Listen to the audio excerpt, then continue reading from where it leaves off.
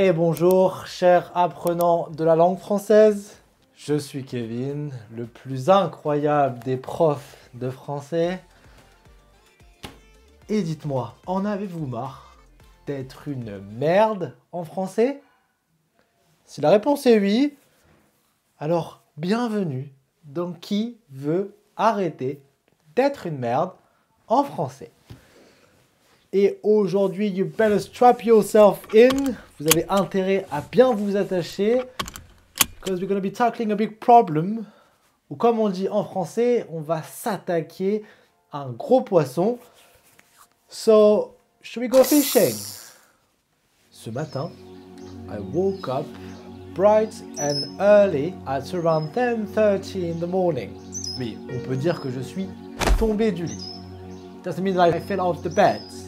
It means that I woke up surprisingly early, earlier than usual. Proposition A, je me réveille à 10h30. Proposition B, je m'ai réveillé à 10h30. Proposition C, je réveille à 10h30. Ou enfin proposition D, je me suis réveillé à 10h30. Réfléchissez bien. La bonne réponse, ça ne peut absolument pas être la proposition C. Pourquoi ? Parce que se réveiller, c'est un verbe réfléchi. And you know what's annoying with les verbes réfléchis? Is that you have to réfléchir. You have to use your brain. And if you've got a malfunctioning one, then I'm sorry, but you're going to have to give up on learning French and switch to Spanish. And I mean, no offense, my amigos. Me gusta tu empanadas. Conozco muchas palabras. Cabrón, pendejo, Alejandro. Sí. Avec les verbes réfléchis, il faut ajouter un mot supplémentaire après les pronoms personnels. Voici les pronoms réfléchis que vous devez ajouter juste après pronoms personnels.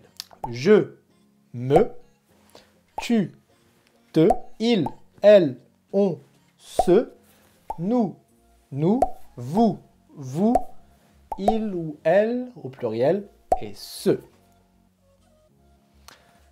Voilà pourquoi la réponse C est absolument incorrecte. Il nous reste 3 options. Est-ce que l'option A est correcte selon vous? Non, parce que c'est du présent. Je me réveille is I wake up. On veut du passé. Il reste plus que 2 options.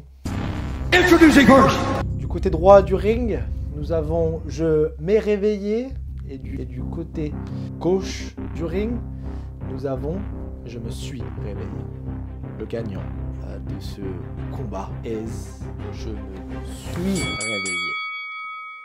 Oui, sachez que tous les verbes réfléchis utilisent l'auxiliaire être au passé composé et dans les autres temps composés. Kevin, c'est quoi un auxiliaire? Bien, je suis content que vous m'ayez demandé. Il existe 2 auxiliaires, être et avoir. Si vous ne connaissez pas le verbe être et le verbe avoir, what should you do? Aprender español. Learn Spanish. Et donc, les auxiliaires avoir ou être vont être nécessaires pour former certains temps, comme par exemple le passé composé. Et si je vous faisais pratiquer dans les commentaires ou dans votre tête, si vous avez la flemme d'écrire un commentaire, dites-moi à quel âge vos parents se sont mariés. Et dites-moi à quel âge ils se sont séparés. Parce que l'amour, ça ne dure jamais très longtemps. Si vos parents ne se sont pas mariés, quel péché d'avoir des enfants sans être mariés. Non, vous pouvez simplement me parler de votre rythme de sommeil. Tell me about your sleeping pattern. What time did you wake up yesterday? And what time did you fall asleep? Je vous souhaite une excellente journée et à bientôt.